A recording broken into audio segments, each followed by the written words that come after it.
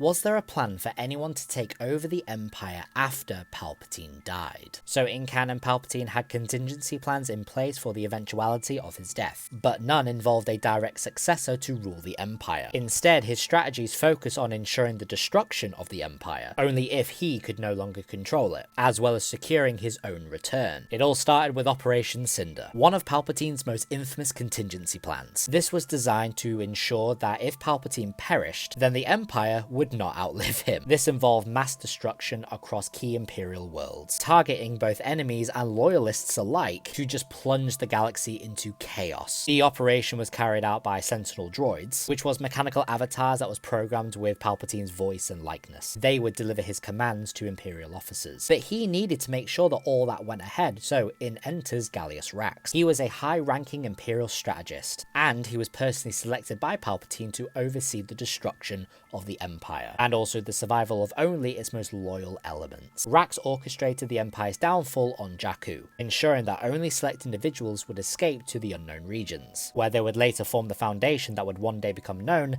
as the First Order. Running alongside this, he had Project Necromancer and Exegol. So while Operation Cinder and the Contingency ensured the Empire's destruction, Palpatine's ultimate goal was his resurrection. The Sith Eternal were operating on Exegol, all working to create a new Sith Empire. Through dark science and Sith alchemy, they developed clone bodies for Palpatine, though these efforts resulted in unstable vessels. Eventually, the remnants that survived in the unknown regions, they were reorganized and they became the First Order, with Supreme Leader Snoke, who was a genetically engineered puppet of Palpatine, acting as its ruler until Palpatine could return. So yes, there was a direct successor, himself. He had his body cloned and he transferred his essence into it until he became able enough to officially return. So rather than appoint a direct successor, Palpatine ensured that if he died, the Empire would as well, leaving only his most devoted followers to rebuild and also allow for his return. So if Palpatine resurrects himself, then the Empire will resurrect itself in a new image. Hope it helped.